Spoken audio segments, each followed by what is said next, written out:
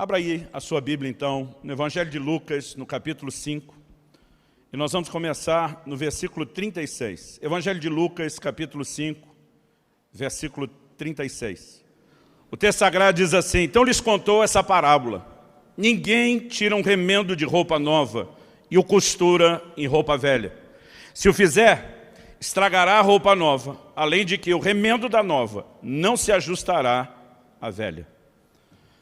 O Senhor Jesus certamente não estava preocupado com moda ou tipo de vestimenta das pessoas quando ele fala a respeito disso. A pergunta é o que ele queria nos ensinar. E eu olho para esse texto e vejo algo importantíssimo que Deus tem me incomodado a tratar, desse assunto, muito mais quando estamos reunidos com líderes do que necessariamente quando estamos ministrando ao povo. Eu acredito que nós temos uma verdade importantíssima aqui.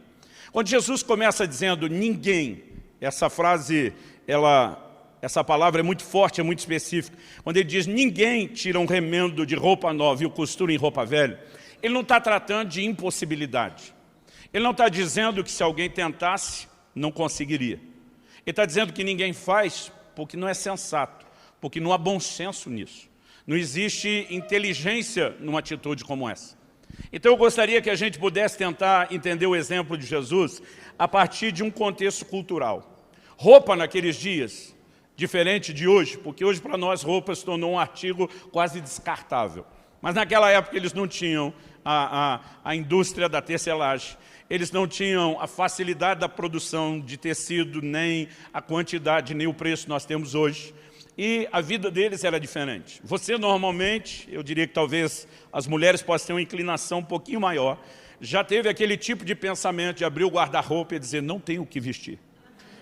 Mas a verdade é que nem Salomão, em toda a sua glória, se vestiu como você se veste. Nós temos hoje acesso a materiais de alta qualidade. E nós temos uma dificuldade enorme quando a Agência Nacional de Aviação Civil começou a regulamentar aquela malinha de mão apenas com direito ao bilhete, comprar mala adicional à parte aqui no Brasil. Muita gente começou a reclamar, porque a gente está acostumado a viajar com um monte de coisa. Naqueles dias, muitas vezes as pessoas viajavam só com a roupa do corpo. Jesus falou a respeito de sair sem levar necessariamente uma túnica sobressalente.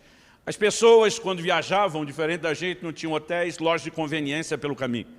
Muitas vezes a roupa saía nova de um lugar e chegava velha em outro lugar. Foi a história que os gibeonitas usaram com Josué para tentar convencê-los. Porque muitas vezes era a única coisa que eles tinham era uma peça de roupa. Agora imagine alguém que nesse estado, às vezes viajando, tinha que lavar a roupa junto com o corpo, esperar secar ou deixar secar no corpo enquanto andava. Alguém que tem uma roupa velha, não tem um guarda-roupa como o nosso, e de repente tem acesso a uma nova muda de roupa. O que é inteligente, não precisa de muita inteligência para deduzir isso, o que é inteligente se fazer numa hora dessa? Você simplesmente descarta a roupa velha, rota, rasgada, dá um fim nela, pega a provisão que te foi oferecida, a nova, e o problema está resolvido. Agora Jesus está dizendo que ninguém, diante de uma situação como essa, olharia para aquela provisão da roupa nova e diria, não preciso de tudo isso. Eu tenho um buraco nessa velha. Então, se talvez você me der só um pedaço da roupa nova, é suficiente para remendar a velha. Agora, Jesus, obviamente, sabia que ninguém faz isso, mas por que ele está usando o exemplo? Porque, embora no natural, ele sabia que ninguém faria isso, ele tinha certeza que no espiritual, muitos tentariam cometer esse tipo de insensatez. E nós precisamos entender o que Jesus está declarando. É lógico que ele está falando que a obra nova de Deus não pode ser ajustada a uma estrutura velha de vida. Isso vale para quando ele fala das vestimentas, isso vale para quando ele vai falar dos odres novos, vinho novo em odres novos. Mas o que nós precisamos entender é que essa advertência de Jesus tem um propósito. Ele não iria simplesmente falar a respeito disso, se não fosse algo importante e se não fosse algo necessário na estruturação, não só no estabelecimento, mas na estruturação da sua igreja. E ao que eu e você precisamos entender é que muitas vezes as pessoas estão agindo exatamente assim. O que Deus oferece é uma roupa completamente nova. Especificamente falando em termos de roupa, vamos lembrar que isso fala da condição do homem diante de Deus. Quando o homem peca lá no Éden, ele se descobre nu, tenta resolver a situação com vestimentas providenciadas por eles, Deus não aceita, providencia outra. E de Gênesis até Apocalipse, quando a Bíblia fala de lavar as vestes no sangue do Cordeiro, vestes sempre fala da condição do homem diante de Deus. No livro do profeta Malaquias, no livro do profeta Zacarias, nós vemos o Senhor falando a respeito disso. O sumo sacerdote Josué é visto com roupas sujas. E quando as suas roupas foram trocadas por limpas, o Senhor diz, eu fiz com que passasse você a sua iniquidade. Bom, não quero estabelecer a doutrina da roupa, mas é óbvio que isso fala a respeito da condição do homem diante de Deus. A Bíblia fala a respeito de nós nos despirmos de uma roupagem, a Bíblia usa esse exemplo, chamada velho homem, e nos vestirmos de uma outra roupa, chamada, ou revestirmos, novo homem. E o que eu e você precisamos entender é que quando alguém vem a Cristo, Deus está oferecendo uma roupa completamente nova. Ele tem uma provisão plena, completa, total. Ele não está oferecendo um pedaço de remendo, ele está oferecendo uma roupa completamente nova. No entanto, muitas pessoas, em vez de se permitirem viver essa experiência de renovo, elas estão escolhendo viver de remendo. O que significa escolher viver de remendo? É quando alguém olha para o todo que Deus está oferecendo e diz, eu não preciso disso tudo. Eu preciso só de uma parte. Agora vamos pensar em como o Evangelho está sendo pregado nos nossos dias, na nossa geração, em especial nesse tempo no Brasil. Nós estamos oferecendo um pacote. Bom, antes de falar do pacote, eu sou de uma época onde a maior parte dos testemunhos que nós ouvíamos nas igrejas eram testemunhos de transformação de vida. A gente ouvia só os montes, quase não ouvia de cura, de libertação, de provisão, como ouvimos hoje. Mas testemunho de transformação eram muitos e intensos. Hoje em dia, graças a Deus, nós temos mais testemunho de cura, de provisão, de libertação do que tínhamos antes. Mas a gente quase não vê mais testemunho de transformação como tínhamos antes. E eu quero perguntar a você se o Evangelho não muda, por que é que os testemunhos estão mudando? Porque a nossa ênfase está mudando.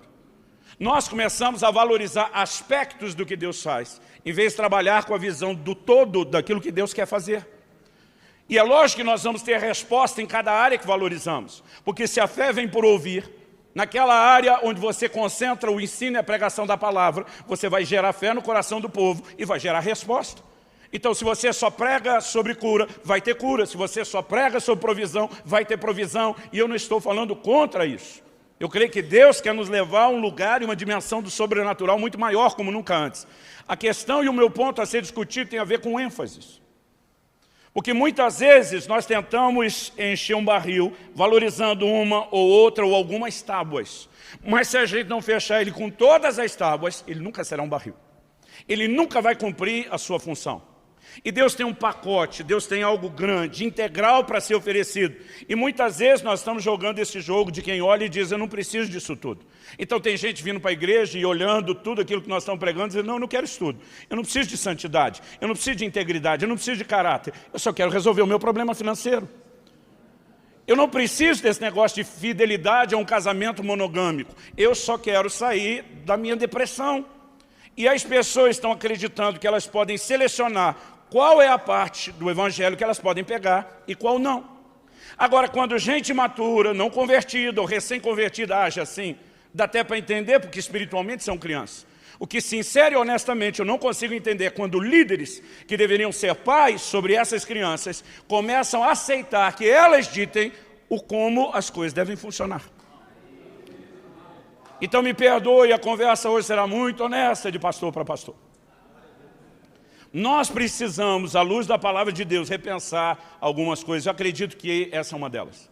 As pessoas têm uma mentalidade que eu chamo de departamentalização. Em vez de olhar o todo, a gente fica fatiando. Em vez de olhar o bolo todo, são as fatias. Em vez de olhar a pizza toda, são as fatias. E normalmente a gente não consegue enxergar a visão do todo. E não é nem só que a gente não olha o todo, a gente olha só uma área. Para aquela área que a gente olha, a gente não enxerga nem o todo daquela área. Porque toda hora nós estamos segmentando o que deveria ser visto de forma inteira. Então me deixe te dar alguns exemplos. A maioria de vocês, se não tem casa ainda, já deve ter tido uma caixinha de promessa. Agora, duvido você achar em qualquer livraria, boa livraria evangélica para vender, uma caixinha de exortação. E por que é que você não vai achar? Porque não existe. E por que é que não existe? Porque ninguém é maluco de produzir um produto que não vende. Porque ninguém ia comprar a caixinha de exortação. A gente quer todo dia ir lá na Santa Loteria, tirar um versículo e ver Deus dizendo, vai dar tudo certo, eu amo você, eu estou com você. É verdade? O problema não é a gente pegar essa parte da verdade. Eu não estou falando contra as promessas de Deus. Paulo diz, tantas quantas forem as promessas de Deus, nele está o sim, por meio dele é o amém. Nós não estamos jogando a promessa fora. Mas eu não consigo entender porque as pessoas querem valorizar aquilo, mas não o resto. Então, quando alguém está com problema, ele vai a Deus, a tua palavra diz, o Senhor prometeu, a tua palavra é a verdade. Mas só essa parte da Bíblia é verdade?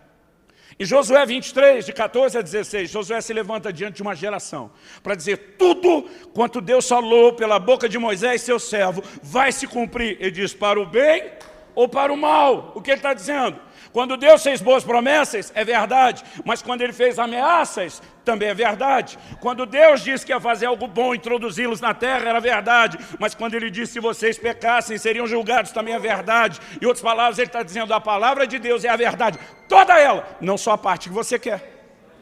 Mas nós olhamos para uma geração que quer ser seletiva a respeito de que parte da palavra ela quer acreditar. Vamos dar um outro exemplo, vamos mudar do nosso relacionamento com a palavra para a oração. Na cabeça da maioria dos crentes, oração é algo mais ou menos assim, é o meio através do qual eu consigo de Deus tudo aquilo que eu quero. Tem verdade nisso? Claro que tem. Eu posso te dar muitos testemunhos de coisas que eu desejei, orei e vi Deus fazer. E a gente fica empolgado com isso, não tem como não ficar. O problema é reduzir todo o conceito de oração só a isso. Porque se por um lado a oração é o meio através do qual eu posso alcançar de Deus algo que eu quero, por outro lado a oração também é o meio através do qual Deus quer conseguir de nós o que Ele quer. Não é o exemplo que Jesus nos dá quando no Getsêmani Ele dobra os joelhos para dizer, Pai, seja feita não a minha, mas a sua vontade. Oração deveria ser parte de um ambiente de rendição, onde nós nos curvamos à vontade de Deus, e não só Deus se curve a nossa.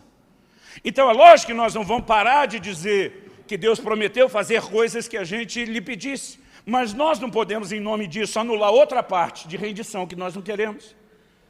E a conversa sobre rendição, ela está se tornando mínima e quase nula na nova geração. Eu olho para isso e a minha preocupação não é apenas onde eu e você estamos agora. A pergunta a ser feita é, para onde nós estamos indo? A mentalidade de departamentalização nos afeta o tempo todo. Pela graça de Deus, eu tenho rodado bastante o Brasil e mesmo fora dele. Muitas vezes ministrando em eventos de liderança. Quando eu chego e começo a conversar com alguém que vai participar do evento, volta e meia, falando de eventos para pastores, principalmente.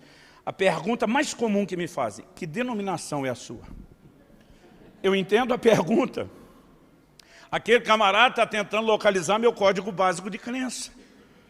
Mas eu gosto de dar uma resposta que deixa o camarada ainda mais confuso. Eu normalmente, quando me perguntam isso, eu respondo, depende. Eles me olham e dizem, como assim depende? Eu digo, depende da doutrina que você quiser conversar. Minha denominação muda. Eu digo, se você quiser conversar sobre salvação, sobre evangelismo, eu estou com o velho e antigo exército da salvação, dos primeiros grupos a voltar a dizer, saiam pelos becos e valados, vão buscar as pessoas lá onde eles estão. Mas se você quiser conversar a respeito de batismo, eu estou lá com os anabatistas e depois deles os batistas. Se você quiser conversar sobre santidade, eu estou com os wesleyanos. Se você quiser conversar sobre os dons do Espírito, eu estou com os pentecostais e os carismáticos. E a minha lista vai variar de acordo com o assunto. Por quê?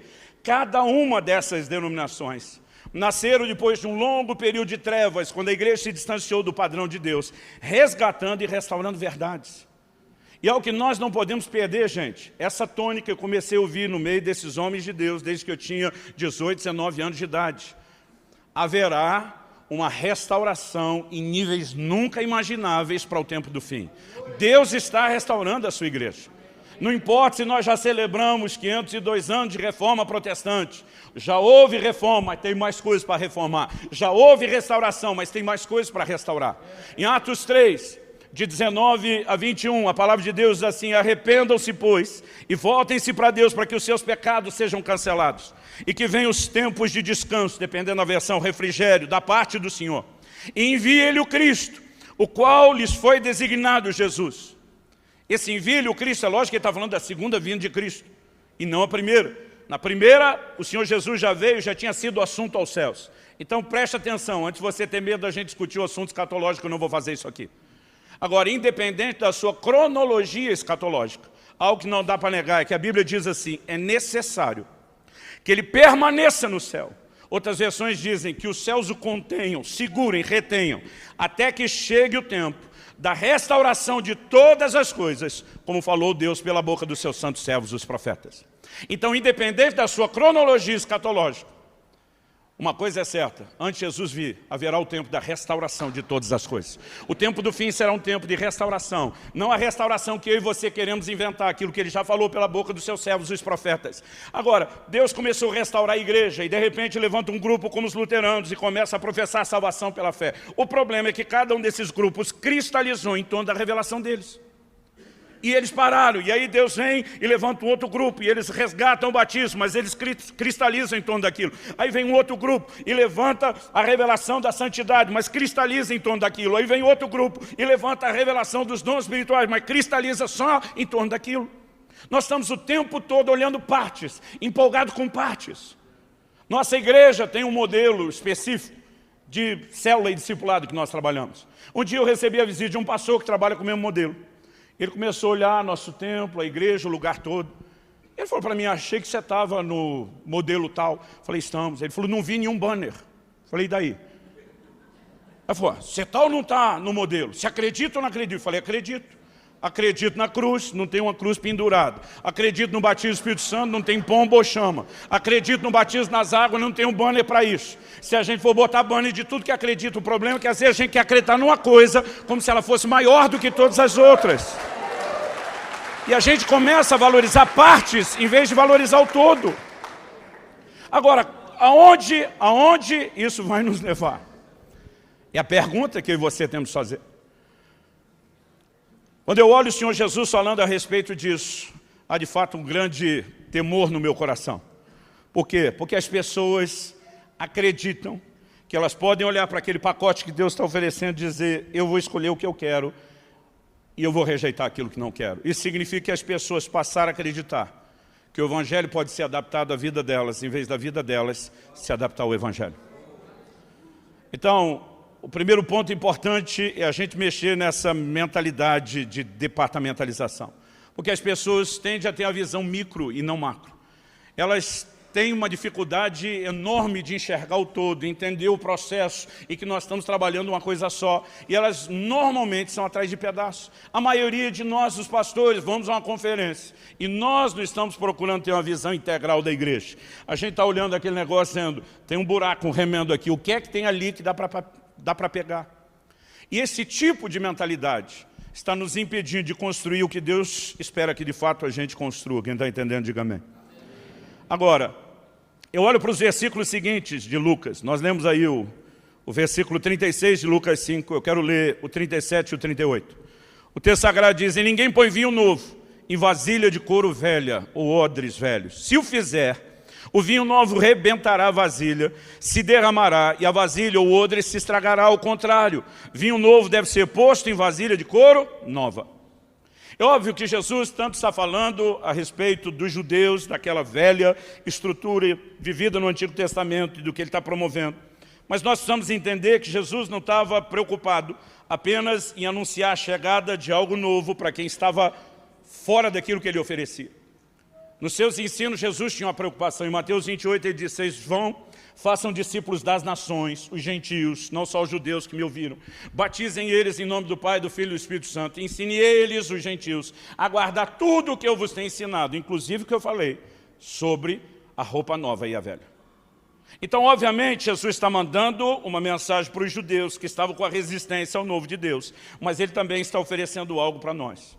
E quando eu vejo Jesus falando desse vinho novo, sendo colocado em odres velhos, e eu creio que você entende muito bem o significado, a ponto a gente não precisa gastar tempo falando isso. No Velho Testamento, eles tinham palavras distintas para falar do vinho novo e do vinho velho. Normalmente, quando você lê a respeito do mosto, está falando do vinho novo, ou o vinho ainda não fermentado. Quando você lê a respeito do vinho, no Velho Testamento, está falando daquele que já foi fermentado. No grego, eles não tinham palavras distintas, então eles tinham que usar mesmo para especificar novo ou velho. Isso significava não fermentado ou fermentado. Colocar o vinho novo, que ainda ia passar pela fermentação, numa vasilha, num odre de couro velho. O odre era uma espécie de cantil feito com o couro do animal. Se aquele couro fosse velho, já usado, ressecado, quebradiço, a hora que a fermentação começasse, ele não ia suportar a pressão e ele iria arrebentar. Isso significaria o quê? Jesus diz, vai perder tanto o odre, como também vai perder o vinho. Agora, antes de continuar falando sobre o versículo, eu queria que a gente discutisse uma estatística. De acordo com o último censo, há 9 anos atrás, nós éramos 40 milhões de evangélicos. Ainda não temos os dados atuais do governo, mas os mais conservadores no nosso meio estão dizendo que nós somos 50 milhões de evangélicos na nação. Os mais empolgados estão dizendo que nós passamos a casa dos 60 milhões. Vamos pensar só na estimativa conservadora. Eu creio num futuro extraordinário de visitação de Deus na nossa nação. A reportagem da revista Veja, se não me engano, na virada de 2016 para 2017, matéria de capa, dizia o seguinte, em no máximo até 2040, o Brasil será uma nação predominantemente evangélica. Agora, gente, presta atenção, isso não é profecia, isso é estatística. É gente que nem gosta de nós, falando bem a nosso respeito. Agora, o que eu não entendo é os ímpios que não gostam de nós, olhando e projetando a pior curva gráfica, estão dizendo, e no máximo 2040 eles tomaram conta da nação. E nós, os pastores, reclamando que é difícil, que não dá, que a igreja não consegue. Não era a gente que tinha que estar acreditando na igreja e no crescimento dela? Agora, o ponto onde eu quero tratar não é só os números do nosso crescimento. Uma estatística vem se mantendo de pé desde que nós éramos cerca de 30 milhões. Para cada um crente firme nas nossas igrejas, nós temos em média um desviado do lado de fora. Qualquer pessoa aqui que evangeliza, não vou nem dizer que está num grupo de evangelistas, que vive a vida de crente, que fala de Jesus, volta e meia, o tempo todo vai encontrar um desviado. E é fácil a gente reconhecer. Eu estava esses dias, depois de um evento, num restaurante com os pastores, estávamos falando das coisas de Deus, e eu vi que o garçom, depois de ter oferecido, foi saindo lentamente, parou a certa distância e não ia, o jeito que ele olhava, a gente não precisou nem de revelação. A gente sacou aquilo na hora. Era um desviado e o coração estava apertado. O coração estava cheio de saudade. Nós chamamos ele de volta, ele constatou, gastamos um tempinho falando com ele, orando com ele. O tempo todo você vai esbarrar em gente que teve uma experiência com Deus e não está mais no nosso meio. O que me faz acreditar que o maior desafio da igreja brasileira não é apenas o evangelismo. É a forma que nós precisamos ter, não um método, um processo, mas um entendimento bíblico maior de como consolidar os frutos. Eu não vou tirar a responsabilidade desses 50 milhões de desviados, então não me entenda mal, mas eles não podem pagar essa conta sozinhos. Porque muitos deles foram levados a acreditar, pelo teor das pregações nos púlpitos das nossas igrejas, que eles poderiam ajustar o evangelho à vida deles, em vez de ajustar a vida deles ao evangelho. E muitas vezes nós estamos levando as pessoas a acreditarem que o novo de Deus pode ser adaptado numa estrutura velha de vida. Não dá. A nova obra de Deus requer uma estrutura completamente nova de vida. Um novo comportamento, um novo entendimento, novos princípios, novos valores. Mas no afã de botar todo mundo para dentro, a gente começou a comprometer algumas coisas. Há 7 anos atrás, eu tive uma experiência que me fez repensar muita coisa. Kelly e eu gastamos quase 2 semanas na Índia. Vamos fazer uma visita à Missão Adore. O Naya está por aqui. Cadê o Naya? Fique em pé, Naya. Isso é uma testemunha do que eu vou falar, além da minha esposa. É bom que todo mundo te veja e possa perguntar depois. Naya nos convidou para gastar um tempo conhecendo de perto uma estrutura que já ajudávamos com oração, com investimento financeiro, mobilizando pessoas. Eu lembro que eu cheguei a dizer para ele, não é melhor eu pegar o dinheiro das passagens e te ajudar? Ele falou, não. Se você me der o dinheiro das passagens, talvez você me ajude uma vez só. Se você visitar e ver o que nós estamos fazendo lá na Índia, eu vou ganhar um parceiro para o resto da vida. E funcionou. Lá fomos nós. Uma das primeiras reuniões que nós participamos era um batismo que eles estavam realizando com novos convertidos. Na Índia, a conversão é proibida. Já havia algo cultural, por causa do sistema de castas, né, a forma como eles acreditam, mas isso, né, se tornou proibido. Então, um batismo é a maior profissão, né, declaração, reconhecimento público de conversão e mudança de fé. Na Índia, você vai encontrar todo tipo de fé. Lá tem cristianismo, Lá não é só o berço do budismo, né, e do hinduísmo, lá também tem o cristianismo, tem o islamismo, e todo tipo de isso você imaginar. Mas cada um fica na sua. Um hindu, por exemplo, não consegue entender quando um ocidental diz se converteu ao hinduísmo. Eles riem. Eles olham e dizem, não, eu nasci hindu, eu morro hindu. Você nasceu o que quer que seja, morra o que quer que seja que você nasceu. Agora, o problema é que o nosso negócio é conversão. Então nós não podemos simplesmente aceitar e tolerar a ideia. Então estamos lá, fazendo batismo. Ela falou, olha, eu sei que não foi você que ganhou, mas você não quer batizar um indiano desse? Eu falei, meu amigo, isso é um troféu fantástico, é lógico que eu quero. E a gente está feliz com tudo aquilo que está acontecendo. Mas daqui a pouco ele me dá um sinal, pega as coisas, me dá um sinal, vaza. Eu chego perto que foi, ele falou, vazou a notícia, pode ser que tenha perseguição, vamos embora daqui. Eu não sei quantos assistiram o filme, Quem Quer Ser o Milionário, mas lá tem uma cena dos hindus atacando, se não me engano, né, os muçulmanos, que também pregam conversão. E isso normalmente gera perseguição. Eu já não queria perseguição sozinho, ainda mais acompanhado da Kelly, nos mandamos rapidinho. Usamos aquela estratégia de Paulo, vaza pela muralha, escapa num cesto, né, continue vivo para poder pregar o evangelho depois. E a gente não quis nem saber se tinha ou não tinha perigo. O resto da viagem foi tranquilo. Mas num dos últimos eventos que o Naya fez na cidade de Landi, me ajuda isso? Landi, na região de Shirgi, é isso aí, gente. Eu chego lá para o evento e de repente eu percebo que o evento vai ser numa praça pública. Eu lembro que à minha esquerda tinha um templo hindu, à minha direita era alguma coisa cristã ortodoxa, que eu não me lembro direito. Eu sei que ou à frente ou de trás, né, era uma mesquita e tinha um quarto templo. Era óbvio que ali tinha todo tipo de fé. Eu falei, mas nós podemos fazer o culto público? Ele falou, pode. Você só não pode pregar também à vontade, você só não pode fazer apelo, você só não pode pregar conversão. Antes nos mostrou um lugar que nós íamos comer, uma comida diferente, que eles estavam preparando no chão, tudo bem limpinho, tá? No chão é só o estilo do fogão. Né? Ele falou, ó, já pedi para não abusarem da pimenta, do tempero, não vão comer isso, vocês vão gostar. E eu estou empolgado com aquilo. Mas quando eu começo a pregar, eu percebo que o tempo e o clima começou a mudar. E dentro de mim vai batendo uma inquietação, porque está dando uma sinalização de que vem chuva. E como funciona a cabeça de um brasileiro com culto ao ar livre, se chover, não sobra um. Todo mundo vai embora. Bom, antes de falar da chuva, eu peguei o microfone e fiz uma declaração tão ousada que eu mesmo assustei. Parece que as palavras pularam da minha boca e não deu tempo de segurar, quando eu vi já tinha saído. Eu falei que estava lá para pregar a palavra do Deus vivo e verdadeiro, que sempre confirma a sua palavra por meio de sinais que acompanham. Esse é o tipo de coisa que depois que você fala, você fica orando, tomara que aconteça alguma coisa. Não bastasse isso, as pessoas às vezes me perguntam, pastor Luciano, o senhor sente diferença, espiritualmente falando, nos céus de uma nação para outra? Eu falei, eu sinto, se tem mesmo, não sei, mas eu sinto. Então, por exemplo, estava uma ocasião na Coreia do Sul, e penso num céu aberto. Pegamos 2h30 de voo para o Japão, penso num céu fechado. Aí alguém outro dia perguntou, pastor, e a Índia? É fechado? Eu falei, não, a Índia é aberto. O cara falou aberto, eu falei, aberto para o mal. É outra conversa. Então eu começo a pregar, o clima está mudando, e está dando anúncio de que vai trazer uma chuva.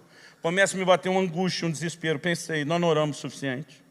Nós estamos no meio de uma briga de gente grande, mas lutando talvez como criança, não fizemos esse negócio como deveria, e eu já estou antevendo, se cair essa chuva não fica um, talvez nem o pregador, e dentro de mim uma inquietação, mas aquilo está mudando o clima, está mudando, e daqui a pouco a chuva veio, e veio, como diria o mineiro, do interior de com força.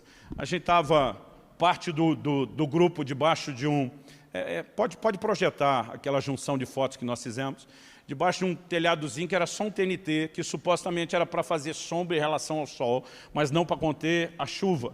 Então, no canto do alto, à minha direita, né, você tem essa visão. Aqui no meio, eu com o guarda-chuva, o Sunil, o intérprete não. O curioso, gente, que além do equipamento não ser dos melhores, com a chuva, eu acho que o Sunil levou 2 ou 3 choques. Eu, pelo menos, deduzo que alguém que está pregando no meio, interpretando o outro, e no meio da tradução e interpretação, e faz, e dá um grito e troca o microfone de mão. Ou seja, eu estou inquieto e preocupado com aquilo, porque não é que eu tenho medo de eletricidade, eu tenho um grande respeito. Eu aprendi a não brincar com isso desde que meu irmão mais velho me trollou quando era criança, dizendo, bota esses 2 fios de cobre na tomada. E quando eu quase grudei ali, eu passei a ter um respeito profundo pela eletricidade. Então, eu estou preocupado com a chuva, eu estou preocupado com o choque, mas ninguém foi embora. Na verdade, eu comecei a ver empolgação no intérprete, mesmo com choque, um pouco de euforia no público, e gente do fundo, que o Naya falou, olha, aquele tipo de gente ali vestido daquele jeito é hindu, aqueles são muçulmanos, aqueles não sei o que mais.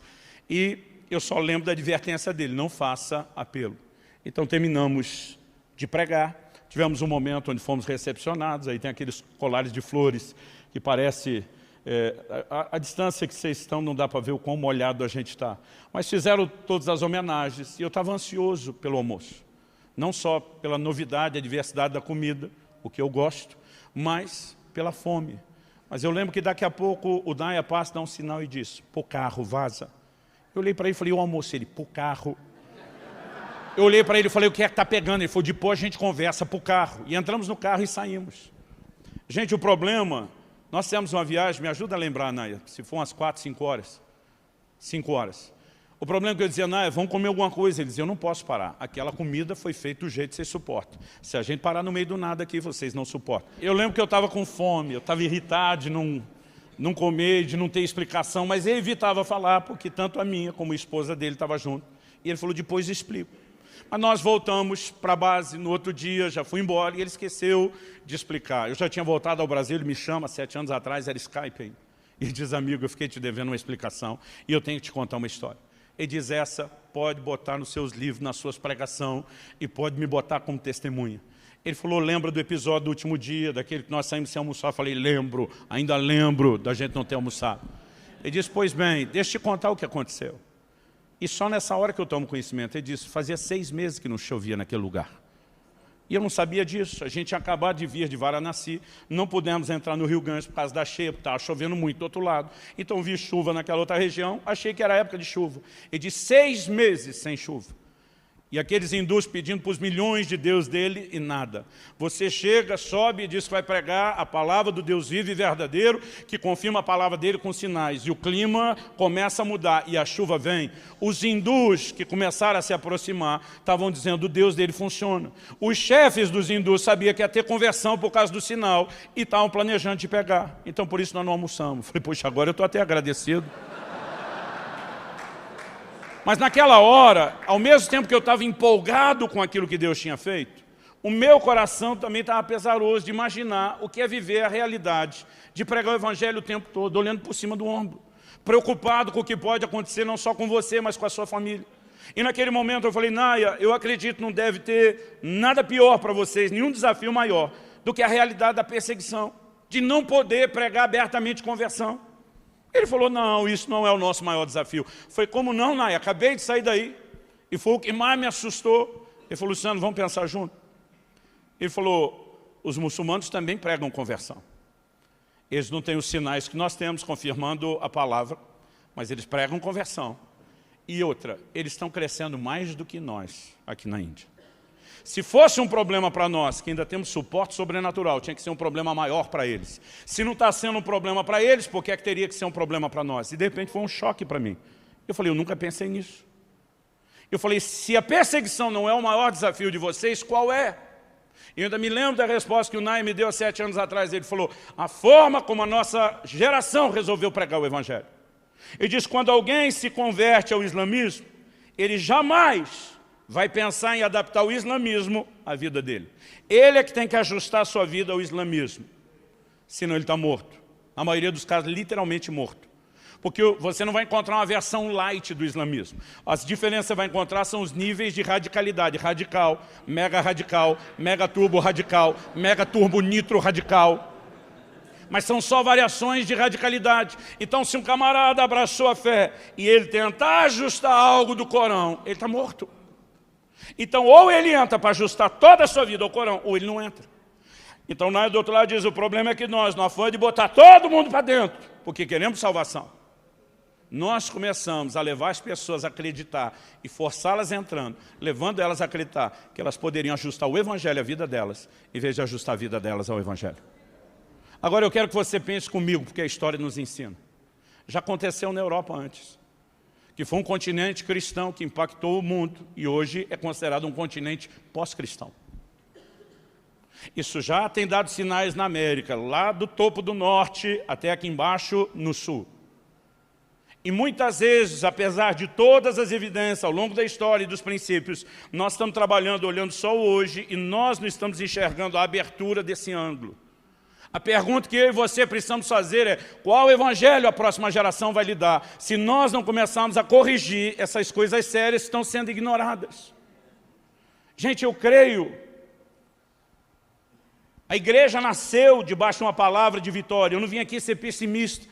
Quando Jesus fala que o primeiro grupo de lavradores não entregou os frutos, ele olha para o segundo e diz: esses vão entregar os frutos. A igreja vai cumprir o seu papel, ela vai cumprir o seu propósito. Agora a pergunta é: a minha e a sua geração vai ter feito isso bem? Ou nós vamos ter que deixar tudo isso passar e esperar que Deus levante alguém que entenda o que Ele queria para fazer o que Ele esperava?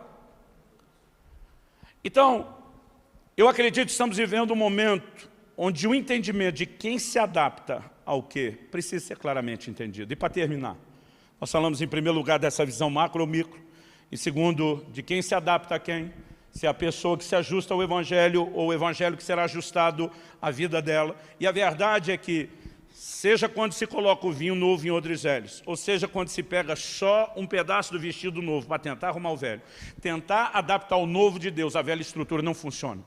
Esse evangelho é um evangelho com prazo de validade. Nós não teríamos tantos milhões de desviados se nós não estivéssemos negociando e brincando com isso. Eu sei que eu estou generalizando, eu não quero parecer, talvez a gente esteja pagando uma conta até por conta de outros grupos, mas nós precisamos entender que a igreja de Deus não é só esse grupo seleto que está aqui nessa sala. Então, se está acontecendo na igreja brasileira, é o nosso corpo, está acontecendo conosco. Se tem solução e conserto, tem que partir de alguém. Alguém tem que entender, alguém tem que levantar essa mensagem, alguém tem que promover isso. Então, eu acredito que nós estamos vivendo um tempo onde Deus quer trazer um alinhamento profético. E a gente precisa entender, então, em terceiro e último lugar, termino, falando de motivação e propósito. Quem dá esse vestido novo, e vamos pensar, falando de se despir do velho homem para se vestir do novo, então Deus, Ele tem um propósito. Qual é o propósito de quem está dando o vestido? Ele quer uma roupagem inteira nova. Ele não queria só um pedaço de uma área do vestido de alguém novo. Senão ele não teria dado tudo, ele teria dado só o pedaço do remendo. Então qual é o propósito claro de Deus? Uma mudança completa de vida em todas as áreas. Agora, quando alguém do lado de cá olha para aquilo e diz: não quero tudo, quero só uma parte, eu e você precisamos entender que quem aceita só o que quer daquele novo para remendar o velho, tem uma outra motivação e propósito. Esse do lado de cá, ao conceder o novo, retrata o propósito divino, mas essa atitude do lado de cá retrata, no mínimo, uma rebeldia à vontade e à proposta feita por Deus. Agora, eu quero perguntar a você, eu criei 2 filhos. Quando eles eram crianças, eles não tinham o direito, e nem se arriscavam a isso, de tentar dizer para mim ou para Kelly o que é que eles iriam comer. Porque isso não era decisão deles. Tentávamos, no meio de tudo aquilo que era necessário, obviamente, agradá-los. Mas não eram eles que iam determinar o que come, quanto come ou a hora que come. Porque isso não era responsabilidade deles, era responsabilidade nossa, dos pais. Isso não significa que a gente tinha que brigar com eles, isso não significa que a gente tinha que ser rude com eles. Então, por favor, não saia daqui achando que você tem que atropelar a igreja no próximo domingo. Eu acho que a conversa mais tensa precisa ser entre nós, não de você com eles. Então, meus filhos nunca precisaram de uma lição ousada, mal-educada, de quem é que manda aqui. Mas, obviamente, ainda que demonstrando amor de todas as formas, a gente decidiu que manteria as rédeas na mão, e não eles. Agora, eu te pergunto, por que como pais espirituais, nós estamos deixando as crianças que temos que cuidar nas nossas igrejas dizer o que é que elas precisam ou não em termos de comida? Por que é que nós estamos jogando o jogo de comunicar só aquilo que é interessante ou agradável? Irmão, entenda, eu não estou dizendo que você não tenha que ser estratégico.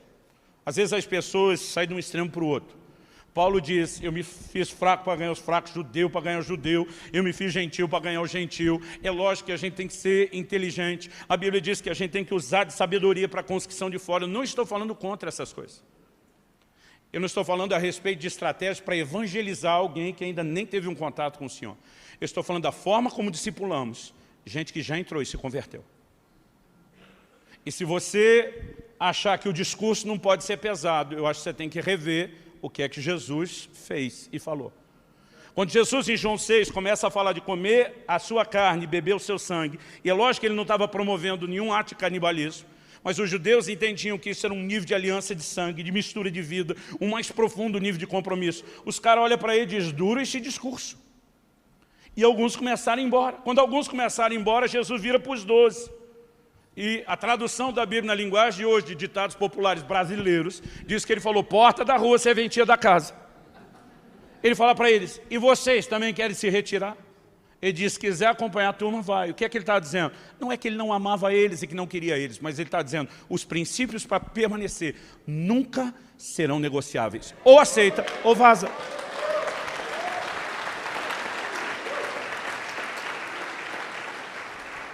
Em 2 Timóteo, capítulo 4, se puder projetar esse texto, do versículo 1 ao 4, porque às vezes a gente esquece que essas advertências estão na Bíblia há muito tempo.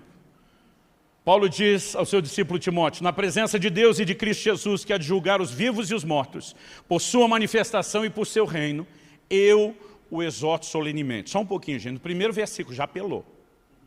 Ok? Na presença de Deus e Cristo Jesus, que há de julgar vivos e mortos, por sua manifestação e seu reino, eu exorto solenemente. Então o assunto é sério. Verso 2. Pregue a palavra. Se não for pedir muito, fala para um vizinho perto de você, fala, pregue a palavra. Só mais uma vez para outro vizinho, para não fazer acepção de pessoas. Fala, pregue a palavra. Irmão, olhe para cá. A palavra precisa voltar a ser pregada. Eu não estou falando de técnica, eu estou falando de conteúdo. Use a estratégia que Deus te der. Mude a roupa, mude a embalagem, mas não mude o conteúdo. Ele diz, pregue a palavra, esteja preparado a tempo e fora de tempo. Agora veja ali, se isso é só o discurso que a gente gostaria. Repreenda, corrija, exorte com toda a paciência e doutrina. Isso está desaparecendo das nossas igrejas. Irmão, é lógico, não misture as coisas. Uma coisa é a maneira como vamos lidar num culto com não crentes. Eu creio nos dons do Espírito. Eu creio que a linguagem sobrenatural de oração, falar em línguas, é uma dádiva de Deus para você. Escrevi um livro inteiro sobre isso. É lógico que eu creio. Mas Paulo diz que se você estiver na reunião e um incrédulo entrar e ver a gente falando em língua, ele vai achar que nós estamos loucos. Então isso não significa que o falar em línguas não é de Deus, mas que a gente tem que ter a inteligência de usar da forma correta, na hora correta, e a gente não precisa ser um bando de maluco espantando quem podia se converter. Então não estou negando isso. Agora, nós temos que ter um discurso que atrai o não crente, mas nós não podemos ter um discurso que o tempo todo seja, eu nunca vou tocar na ferida até com quem converteu. Porque não há como discipular e fazer alguém crescer sem que no meio do processo, além de ensino, além de toda a paciência, haja também correção, repreensão e exortação. Isso está sumindo. Pastor, não é para falar assim no curso de domingo, ótimo. Ache um momento onde você vai falar isso para as pessoas. Seja uma outra reunião, seja no mano a mano, mas não deixe elas sem. Então não estou dizendo para você agora jogar algo na sua reunião que poderia atrair as pessoas e você assusta. Mas estou dizendo que em nome de não assustar as pessoas na celebração do domingo, a gente não pode jogar fora a correção, a exortação e a repreensão, que em algum momento de forma sábia vai ter que acontecer. Agora, você acha que as pessoas querem vir para ouvir isso? Não, que vontade de apanhar hoje. Vamos lá para a igreja do pastor fulano de tal. Agora, verso seguinte, 3. Pois virá o tempo em que não suportarão a sã doutrina. Ao contrário, sentindo coceira nos ouvidos, juntarão mestres para si mesmos, segundo seus próprios desejos. Em outras palavras, nós queremos ouvir o que nos agrada. Nós queremos gente que fale o que a gente quer. Nós queremos o tipo de pai que dê o chocolate na hora do almoço e não force a gente a comer nenhuma verdura. Nós queremos que a coisa seja do nosso jeito. E se você não der, eu vou para a concorrência e eu acho quem der. Então ele está dizendo, verso 4, eles se recusarão a dar ouvidos à verdade, voltando-se para os mitos. Não, pastor, outro dia alguém falou, a gente tem que fazer de tudo para atrair. Eu falei, é verdade. Como diz meu amigo Marcelo Jamal, a maneira como você atrai as pessoas é a maneira como você terá que mantê-las depois. Agostinho de Hipona disse, aliás, alguém disse, quando você não sabe de quem é a citação, joga em Agostinho, que é uma probabilidade enorme de dar certo. Santo Agostinho para alguns, Agostinho de Hipona para outros de nós, que não gostamos de chamá-lo de santo, diz, se você crê somente naquilo que gosta no Evangelho e rejeita o que não gosta, não é no Evangelho que você crê, mas sim em si mesmo. Se você crê somente naquilo que gosta no Evangelho e rejeita o que não gosta, não é no Evangelho que você crê, mas sim em si mesmo. Se Jesus está fazendo advertências, se os apóstolos estão fazendo advertências, se os pais da igreja estavam fazendo advertências, gente, o problema não é de hoje, é da natureza humana. No entanto, há uma advertência profética. Haverá um tempo, e ele está dizendo, onde as coisas vão se intensificar. E talvez a realidade do momento que vivemos seja ainda mais delicada no sentido que jamais foi na história da igreja. E nós precisamos voltar a ser um povo comprometido com a palavra. Eu fico, gente, postando coisa do dia da reforma. Eu digo, esse cara não pode dizer nem a sola escritura e está celebrando a reforma. Nós não podemos simplesmente sentar passivos e aceitar rumos que a igreja está tomando. Toda a construção e semeadura que vem sendo feita ao longo de anos, ela pode ser comprometida se não houver um posicionamento claro da nossa parte a respeito de como trabalhar. Eu sei que nós precisamos de muitas ênfases diferentes numa conferência como essa e que Deus está trabalhando muitas coisas. Mas rodando esse Brasil todo, o tempo todo. Só esse ano, eu estou fazendo quase 70 edições de uma conferência em todos os estados. A gente está em contato com liderança, com a realidade de igrejas o tempo todo. E eu vou te dizer, eu consigo entender o grito do coração de Deus quando fala algo como falou nessa manhã, sobre jogar a farinha na panela para conter esse veneno. Nós precisamos de uma nova postura. Então eu quero que você se pergunte como líder. O que você está edificando? O que você está levando as pessoas a viver? Renovo ou remendo? Se é só remendo, nós estamos dando algo com prazo de validade. E a maioria de nós já viu muita coisa que começou a ser construída, desmantelar ao longo do caminho. Mas não precisa ser assim. Se você conversar com os meus filhos crescidos, eles não vão dizer que papai e mamãe eram um bando de gente louca na hora de fazer eles comer. Mas se você perguntar se eles gostaram muito no momento em que nós fazíamos as escolhas, não. Hoje eles são agradecidos. E assim que a vida funciona, não só com crianças naturais, mas mesmo com as espirituais. Nós precisamos retomar as rédeas e dizer, não é você aqui que diz o que vai ouvir e o que não. Eu não estou dizendo que você não deva receber feedback, principalmente de gente madura. Mas, por favor, entenda algo. A criança que chegou na casa, ela nem sabe o que ela precisa, para ela tomar decisões e ficar escolhendo. Não, essa parte aqui da prosperidade eu quero, essa de parar de mentir eu não quero não. Essa aqui de um milagre de Deus, ótimo. Esse negócio de caráter e compromisso eu não quero não. E nós estamos deixando as pessoas definirem o que elas querem. Gente, com 50 milhões, numa nação de 200 milhões, nós somos 1 em cada 4. Isso significa que cada um de nós podia ganhar mais 3. Se a gente não tivesse metade de desviados, a gente já era 2 em cada 4. Evangelizar o Brasil não é o nosso maior desafio, mas consolidar esses novos frutos é um grande desafio. Então eu quero trazer uma palavra que, honesto, sinceramente, não é o que eu queria pregar para você hoje, mas é algo que tem queimado no meu coração. Então, receba isso como você quiser, uma advertência profética, um amigo preocupado com o futuro da igreja, alguém que não está olhando sociológico ou antropologicamente, mas por lentes espirituais. Se nós não dermos uma guinada já na preparação da nova geração de líderes a respeito de como as coisas serão conduzidas, nós vamos ter problemas sérios e desnecessários.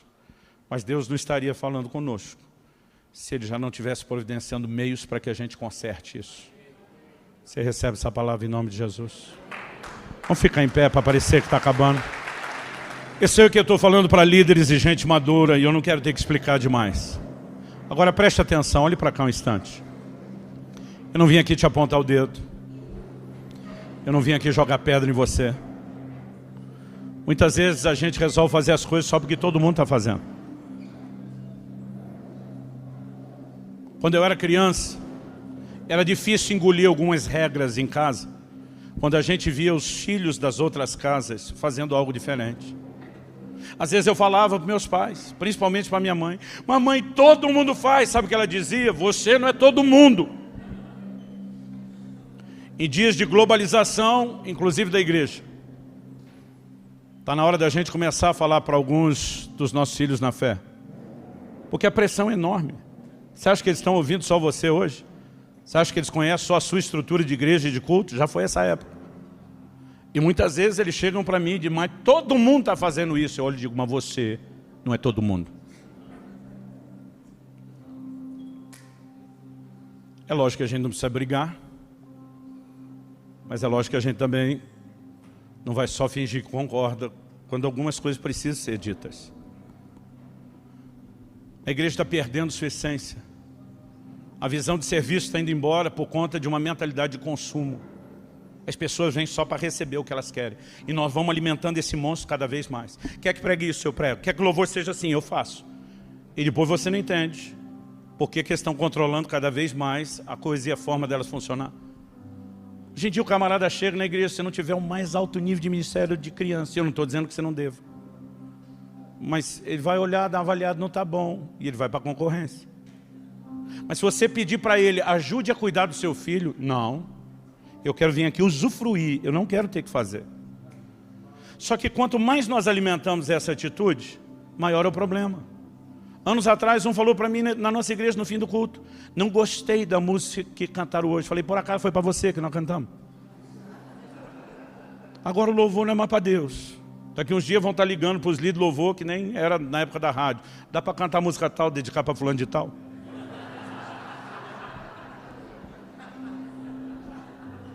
Agora preste atenção, não estou falando sobre ser grosseiro, estou falando sobre ter posicionamento. Nós podemos ensinar isso com amor, com muita paciência, com muito zelo. E se você criou a cultura errada, talvez você não consiga chegar mudando tudo da noite para o dia, porque em parte você contribuiu para a coisa estar como está. Mas eu quero que você no mínimo ore a respeito e se pergunte o que é que você está oferecendo às pessoas. Eu me recuso a dar uma parte do Evangelho.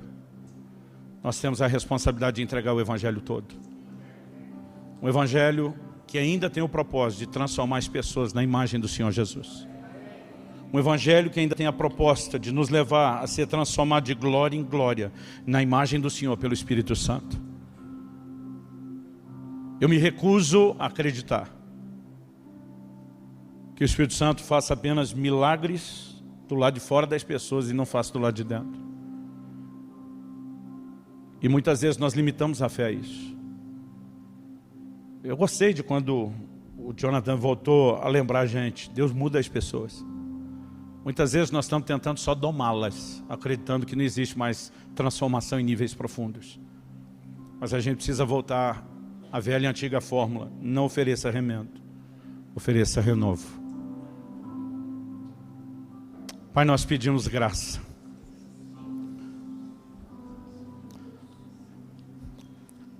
Nós entendemos que o único motivo para uma exortação como essa é o seu amor, não apenas por nós, mas para com cada uma das ovelhas que o Senhor nos confiou, para com cada um dos perdidos que ainda serão salvos e necessitarão ser cuidados. Ajuda-nos, Senhor, em dias como esses da conferência, a perceber que cada área que o Senhor chama atenção é importante. Ajuda-nos a não focar a nossa visão apenas no micro, em uma ou outra área, mas a trabalhar com o todo. Nós queremos corresponder com o Senhor. E nós clamamos pela boa mão do Senhor sobre as nossas vidas. Nós clamamos pela graça do Senhor sobre as nossas vidas. Nós clamamos por percepção, sensibilidade ao governo do Teu Espírito. E nós queremos voltar a entender não apenas a base e o fundamento das doutrinas, mas o alinhamento profético necessário para essa hora e para esse tempo. E nós queremos nos mover contigo, te dando honra e cuidando devidamente daqueles que o Senhor nos confiou. Eu oro por dias de multiplicação como nunca antes. Eu oro por dias de multiplicação sem precedentes. Mas eu oro que à medida que nos multiplicamos, possamos, ó Deus, preservar a integridade do Evangelho e não permitir que ele se multiplique em pedaços. Nós oramos por dias onde a unção do Teu Espírito nos leve a viver as maiores manifestações do sobrenatural. Mas também oramos por dias onde a gente entenda a forma de, pela Tua Palavra, trabalhar cada um desses que estão sendo marcados e atraídos pela manifestação do Teu poder. Ajuda-nos, Senhor. Nós clamamos em nome do Senhor Jesus. Em nome do Senhor Jesus. E porque temos certeza que o Senhor nos ouve, e porque temos certeza de que haverá intervenção na sua igreja, nós nos antecipamos em Te dar glória, honra e louvor. Bendito é o Teu nome. Nós Te agradecemos em nome de Jesus. Se você crê e concorda, diga amém. Glória a Deus.